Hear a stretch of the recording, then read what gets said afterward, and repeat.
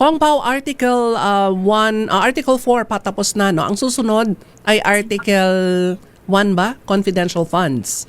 Confi Oo. funds, opo. Confidential funds. Ikaw noon ang talagang napakaraming mga statement tungkol dito sa confidential funds. Ang tanong nga bakit? Sa'yo lumabas yung mga pangalan Mary Grace Piatos, Milky si Kuya, at kung ano-ano pa. Makikita na ba natin sa pagdinig dito sa Article 1 sa confidential funds, yung mga taong ito, kung tao man sila, Kong Pao?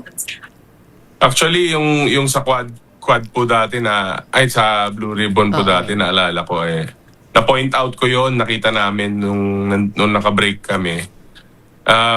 Pero ang nagdiin po sa nagtanong talaga doon sa Mary Grace Piatos si yumaong Congressman Romy Acop na isa po sa mga mentor namin na magiging part sana nga po ng prosecution kasi prosecution siya nung 19th Congress So, kita lang po natin doon. So,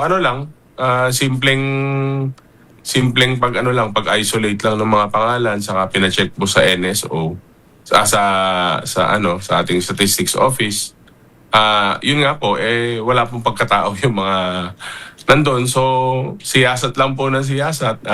Actually, mga funny names po yung nandun. Pero tignan po natin sa mga susunod na araw. Baka makilala na nga po natin si Mary Grace. The famous Mary Grace Piatos. Ayan. Baka makita na natin sa pagdinig sa confidential funds.